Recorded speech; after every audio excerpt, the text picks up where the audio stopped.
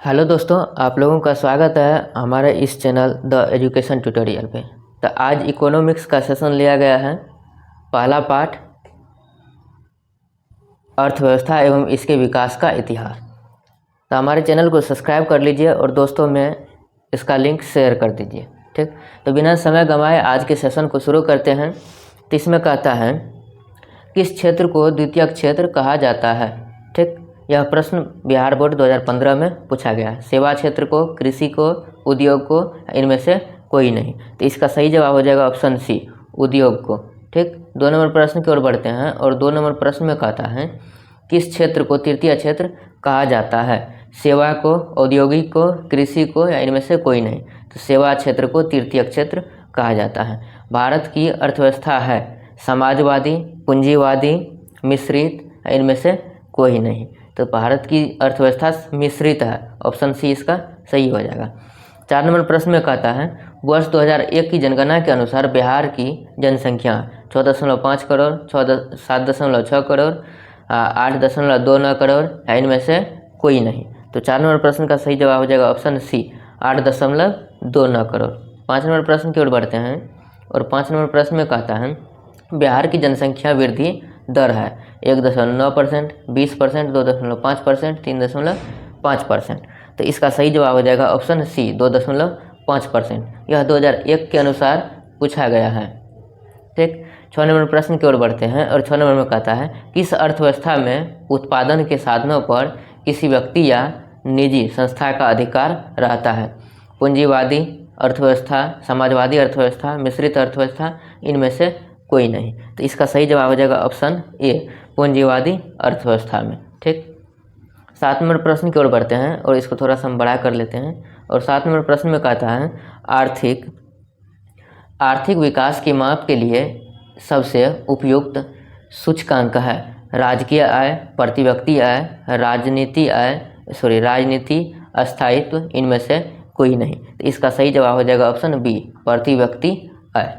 ठीक, 8 नंबर प्रश्न की ओर बढ़ते हैं। इसमें कहता है एक समाजवादी अर्थव्यवस्था में सर्वाधिक बल दिया जाता है आर्थिक स्वतंत्रता पर, उत्पादन कुशलता पर, और ऑप्शन सी में है अधिकतम लाभ अर्जित करने पर, ऑप्शन डी में है लोक कल्याण पर। तो 8 नंबर प्रश्न का सही जवाब हो जाएगा ऑप्शन डी, लोक कल्याण पर।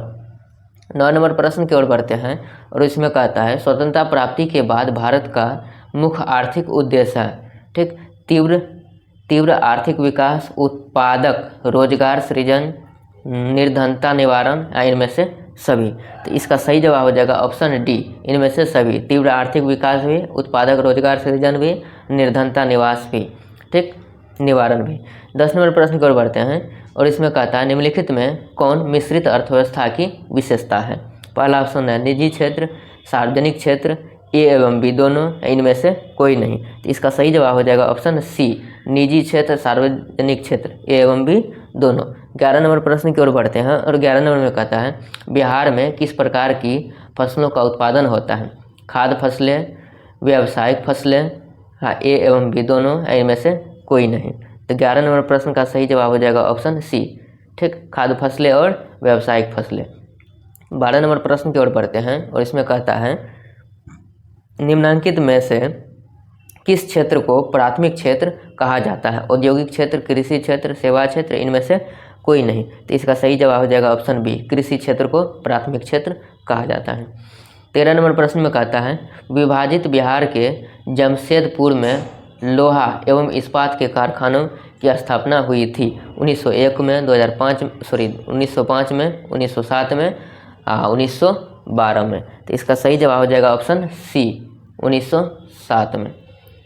14 नंबर प्रश्न की ओर बढ़ते हैं। इसमें कहता है आर्थिक सूचकांक आर्थिक संरचना का एक मुख्य अंग है। शिक्षा, स्वास्थ्य सेवाएं, यातायात एवं संचार, इनमें से कोई नहीं। तो 14 नंबर प्रश्न का सही जवाब हो जाएगा ऑप्शन सी, यातायात एवं संचार।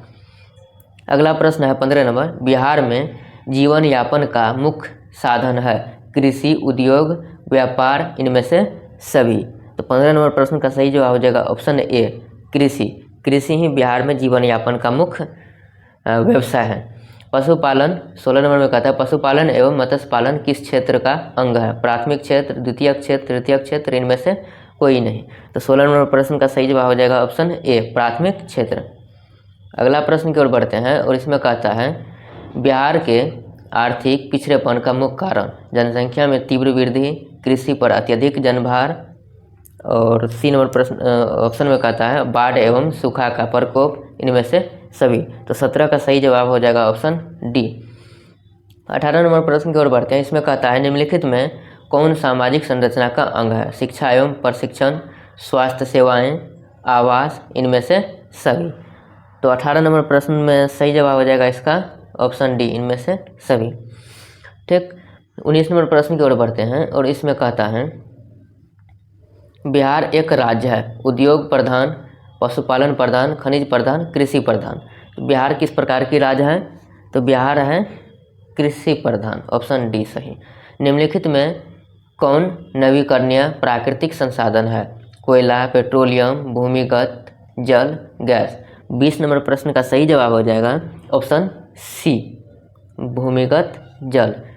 निम्नलिखित में किस राज्य को एक पिछड़ा राज्य कहा जाता है? पंजाब, हरियाणा, बिहार, गुजरात। तो बिहार को पिछड़ा राज्य कहा जाता है। ठीक, 22 नंबर प्रश्न की ओर बढ़ते हैं। इसमें कहता है विश्व पर्यावरण एवं विकास आयोग की स्थापना हुई 1980 में, 1983 में, 1985 में या 1990 में? तो इस प्रश्न का सही जवाब हो जाएगा ऑप्शन बी, 1983 में। 23 नंबर प्रश्न की ओर बढ़ते हैं और 23 नंबर प्रश्न में कहता है जिस देश की राष्ट्रीय आय अधिक होती है वह देश कहलाता है अविकसित, विकसित, अर्धविकसित, विकासशील। तो इस प्रश्न का सही जवाब हो जाएगा ऑप्शन बी, विकसित। स्वतः है जिस देश का राष्ट्रीय आय अधिक होगा वह विकसित कहलाएगा। तो दोस्तों हमारे चैनल को सब्सक्राइब कर लीजिए और वीडियो को लाइक कर दीजिए। ठीक, अगले प्रश्न की ओर बढ़ते हैं और अगले प्रश्न में कहता है आर्थिक समृद्धि का संबंध है, आर्थिक समृद्धि का संबंध है अल्पकाल से, दीर्घकाल से, ए एवं बी दोनों, इनमें से कोई नहीं। तो इस प्रश्न का सही जवाब हो जाएगा ऑप्शन बी, दीर्घकाल से।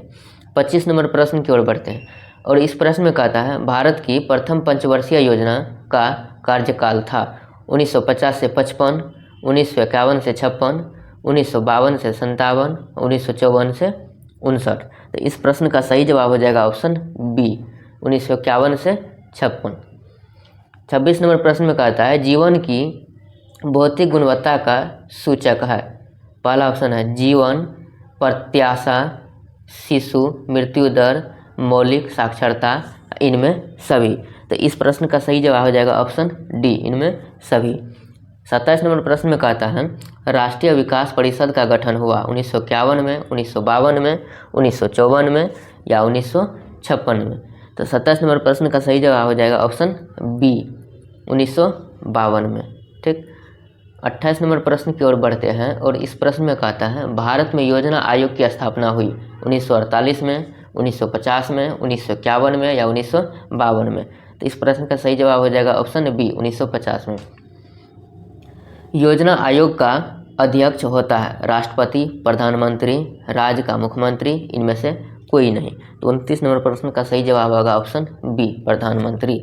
30 में कहता है देश में सब्जी के उत्पादन में बिहार का स्थान है, पहला, दूसरा, तीसरा और चौथा। क्या है सब्जी उत्पादन में बिहार का स्थान? तो इसका सही जवाब हो जाएगा दूसरा, ऑप्शन बी। अर्धविकसित देश की कार्यशील जनसंख्या का अधिकांश भाग संलग्न रहता है प्राथमिक क्षेत्र में, औद्योगिक क्षेत्र में, द्वितीयक क्षेत्र में, इनमें से कोई नहीं। तो इस प्रश्न का सही जवाब हो जाएगा ऑप्शन ए, प्राथमिक क्षेत्र में। ठीक, 32 नंबर प्रश्न की ओर बढ़ते हैं और इसमें कहता है एक अर्थव्यवस्था का सृजन होता है प्राथमिक संसाधन से, भौतिक संसाधन से, मानसिक संसाधन से या इनमें से सभी? तो इसका सही जवाब हो जाएगा ऑप्शन डी, इनमें सभी। निम्नलिखित में कौन सा देश विकसित अर्थव्यवस्था का उदाहरण है? ऑप्शन ए है इंडोनेशिया, ऑप्शन बी है श्रीलंका, ऑप्शन सी है भारत, ऑप्शन डी है अमेरिका। तो 33 नंबर प्रश्न का सही जवाब हो जाएगा ऑप्शन डी, अमेरिका। 34 नंबर प्रश्न की ओर बढ़ते हैं और इसमें कहता है अर्थव्यवस्थाओं का मुख्य प्रकार है 2, 3, 4 या अनेक? अर्थव्यवस्थाओं का कितना प्रकार है? तो अर्थव्यवस्थाओं का 3 प्रकार है, ऑप्शन बी सही हो जवाब हो जाएगा इसका। इनमें कौन से देश में मिश्रित अर्थव्यवस्था है? कौन से देश में मिश्रित अर्थव्यवस्था है? अमेरिका में है या रूस में है या भारत में है या इनमें से कोई नहीं? तो इस प्रश्न का सही जवाब हो जाएगा ऑप्शन सी, भारत में। ठीक, 36 नंबर प्रश्न की ओर बढ़ते हैं और इसमें कहता है बिहार में साक्षरता दर है 52%, 48%, 47.53% या 68%। तो बिहार में साक्षरता दर कितना है? तो बिहार में साक्षरता दर है 47.53%। भारत में साक्षरता दर है 60%, 65.4%, 75.5% और 85.5%। तो भारत में साक्षरता दर कितना है? तो इसका ऑप्शन बी सही हो जाएगा, 65.4%। बिहार में गरीबी रेखा से नीचे जनसंख्या का प्रतिशत है 35, 42.6, 44 या 48। कितना है? तो 38 नंबर प्रश्न का सही जवाब हो जाएगा ऑप्शन बी, 42.6। बिहार में प्रति व्यक्ति आय क्या है? 3980 रुपया या 4568 रुपया या 5500 रुपया, इनमें से कोई नहीं। बिहार में प्रति व्यक्ति आय क्या है सालाना? तो 39 नंबर प्रश्न का सही जवाब हो जाएगा ऑप्शन ए, 3980 अर्थात 3938 रुपया, 80 नहीं, 3938 रुपया। ठीक, 40 नंबर प्रश्न की ओर बढ़ते हैं और इस प्रश्न में कहता है बिहार के पिछड़ेपन के कारण है गरीबी, आधारिक संरचना का अभाव, कृषि पर निर्भरता, उपरोक्त सभी।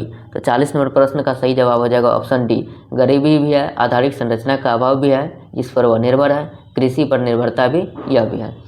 41 नंबर प्रश्न में कहता है सेवा क्षेत्र में निम्न में किसे शामिल किया जाता है? कृषि, उद्योग, व्यापार एवं व संचार, इनमें से कोई नहीं। तो इसका सही जवाब हो जाएगा ऑप्शन बी, उद्योग को शामिल किया जाता है सेवा क्षेत्र में, और सेवा क्षेत्र को तृतीय क्षेत्र कहा जाता है। ठीक, जिसके उदाहरण हो जाएंगे बैंक, वाहन इत्यादि। 42 नंबर प्रश्न की ओर बढ़ते हैं और इसमें कहता है बिहार में कृषि पर जनसंख्या की निर्भरता है 60%, 65%, 73% और 80%।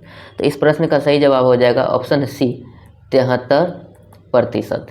ठीक, अगले प्रश्न की ओर बढ़ते हैं और अगले प्रश्न में कहता है